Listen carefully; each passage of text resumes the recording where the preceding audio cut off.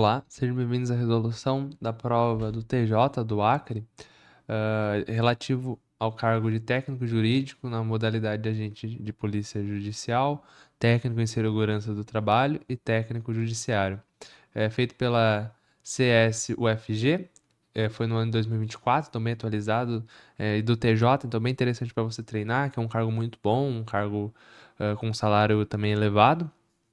Então, é bem interessante você resolver esse tipo de prova. E vamos ver, vai ser 5 questões apenas, então é bem rapidinho de resolver. Eu vou explicar passo a passo cada questão para vocês entenderem direitinho, não ter nenhum tipo de dúvida. Aqui nessa prova, as questões de matemática começam na questão 11, correto? Então vamos ler aqui a primeira questão, que é: uma criança utilizando um baralho de 52 cartas formou um monte com uma carta, um monte com 2 cartas, um monte com 4 cartas e assim sucessivamente. Se a regra que a criança criou é que os montes, a partir do primeiro, devem ter sempre o dobro de cartas do monte anterior, quantas cartas sobrarão sem utilizar? Então vamos entender o que isso representa. Basicamente uma PG, uma progressão geométrica de razão 2, como a que o próprio enunciado fala, que ele sempre dobra, né? Então cada monte vai ter o dobro em relação ao anterior. O que a gente pode fazer? Basicamente, a gente poderia montar isso na mão, ou seja, ir construindo. Na primeira interação vai ter uma carta, na segunda vai ter duas, na terceira vai ter quatro, e assim por diante, e ir somando. Que a gente vai saber, basicamente, quantas cartas vão sobrar sem utilizar. Porque ele quer sempre o dobro e uma hora não vai dar mais para você ficar dobrando, né? Já que a gente tem um número limitado de cartas, que é 52. A gente pode fazer esse método manual, se você não decorar a fórmula na hora, você pode ir fazendo isso, somando. Na primeira interação tem um, na segunda vai ter dois, então no total eu utilizei 3 cartas. Na terceira interação a gente vai ter 4 cartas, então a gente somou que antes tinha 3, aí isso vai ter 4, então junta 7, e assim por diante, até ver onde vai parar essa interação. Só que na prática, se ele falasse um número muito elevado, não daria para você fazer isso tão facilmente assim. Eu vou ensinar esses 2 métodos de resolução para você não ficar em dúvida, né? Como que eu poderia resolver intuitivamente sem uma fórmula? O que a gente pode fazer? Eu vou escrever aqui ao lado. Vou escrever aqui, depois eu apago essa resolução. Essa vai ser a primeira resolução. Então, ó, aqui na primeira interação, segunda interação, terceira. Eu já vou escrevendo aqui várias, porque vai demorar um pouco, certo? Não é tão rápido para gastar as cartas. Então, aqui na primeira, vai ter uma carta. Na segunda, vai ter duas. Na terceira, 4. Depois 8. Depois 16 e assim por diante. Eu vou somando aqui. ah, Aqui eu vou colocar. Como que eu vou fazer? Eu vou colocar 3. Aí somo aqui, vai ficar 7. Deixa eu deixar aqui um pouco mais intuitivo. Então, ó, aqui na primeira interação com a segunda dá 3. Somando essas duas com a terceira vai dar 7. Vai dar 7. Somando com a quarta interação, a gente vai ter 15. Somando com a quinta, a gente vai ter 31. Ó, repara que a gente já está chegando perto, né? Bem, bem perto. Vamos para a nossa sexta iteração. Teria 32. Reparem bem, se a gente somar 31 com 32, não dá, né? Porque vai dar 63, que é um número superior às 52 cartas que a gente quer. Então a gente vai parar aqui na quinta interação e só. A gente vai conseguir montar só 5 montes de carta completo. E basicamente a gente juntou 31 cartas aqui até chegar na quinta, né? Então o que a gente pode fazer? Quantos que faltaram, né? Quanto que a gente não utilizou? É basicamente o número total de cartas, que é. Eu vou colocar aqui, ó, 52 menos o que a gente utilizou, que é 31. Então aqui sobrou 21, alternativa B. Repara que a gente não usou nenhuma fórmula nem nada do gênero. Agora eu vou mostrar um outro método que acho até um pouco mais difícil, porque não é, você tem que decorar a formulazinha, né? Mas se for um número astronômico de cartas aqui e uma razão baixa, talvez demore, né? Para você conseguir ficar fazendo esse processo em toda a prova. Mas eu vou mostrar os 2 métodos para você não ficar com dúvida. Bem, vamos para nossa segunda resolução, que é utilizando uma fórmula. O que a gente vai utilizar nisso? Basicamente a soma de uma PG finita, que é dada pela fórmula S de n é igual a 1, que é o primeiro termo da sequência, vezes a razão elevada a n menos 1, dividido por quê? A razão menos 1. Pronto. Vamos substituir aqui, que a gente vai encontrar a fórmula da somatória dos n primeiros termos, certo? Que aqui é 1, é o primeiro termo, a razão é 2, então fica 2 elevado a n menos 1, e a razão é 2 menos 1. Basicamente aqui corta, já que é 1. Então a gente fica aqui a somatória dos n primeiros termos fica 2 elevado a n menos 1. E como que a gente vai fazer isso? Agora basta a gente dar uma olhadinha e substituir para a gente ter uma ideia, né? Tem outros métodos e tal, só que talvez fique confuso para explicar didaticamente, então eu vou falar como que você pode fazer. Aqui, vamos substituir o n. Ó.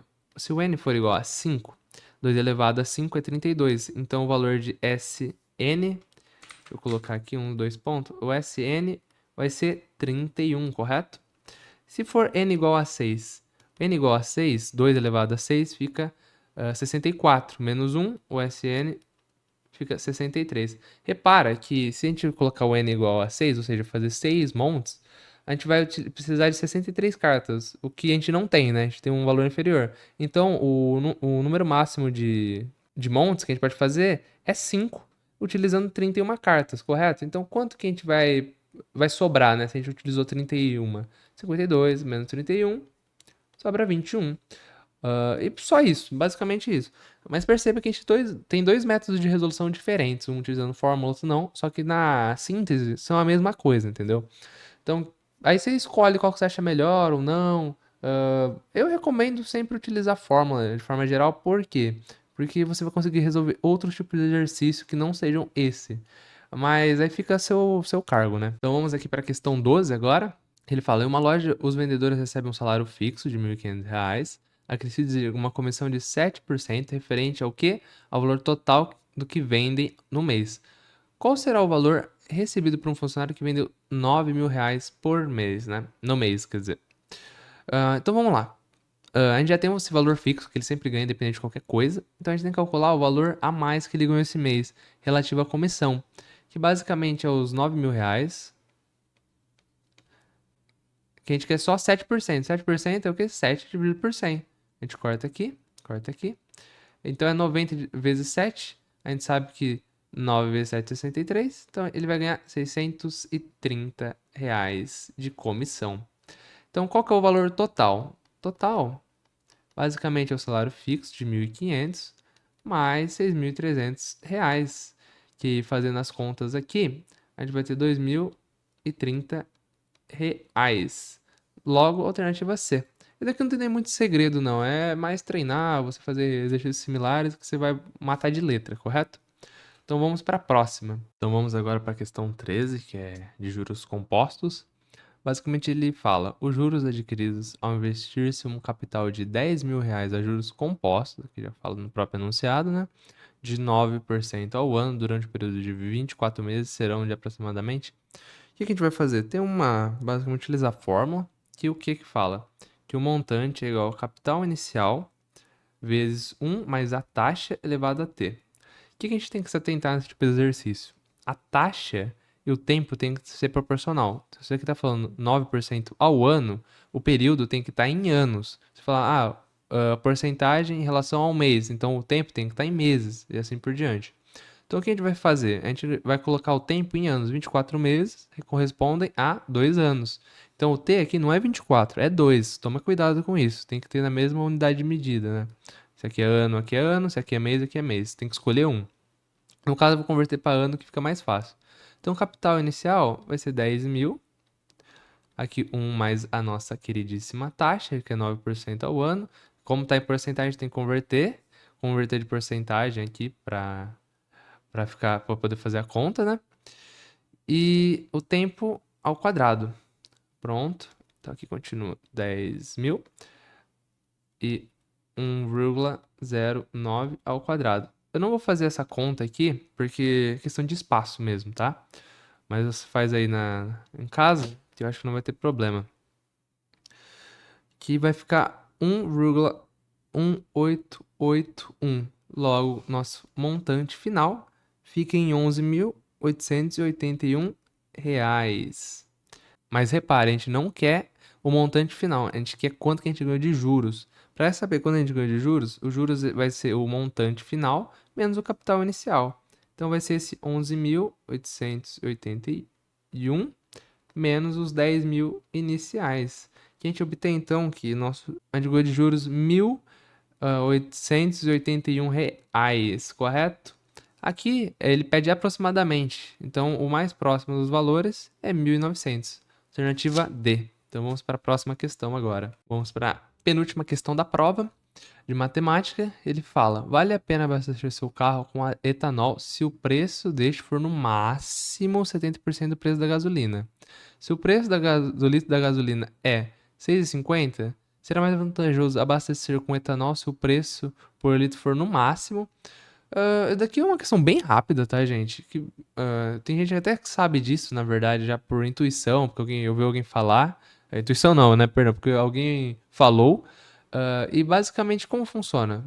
Se o preço máximo que a gente pode pagar é 70% da gasolina para valer a pena o etanol, o preço máximo que a gente pode pagar no etanol é basicamente a gente pega o preço da gasolina, 6,50, e multiplica pela porcentagem, que é 70%, ou seja, 0,7.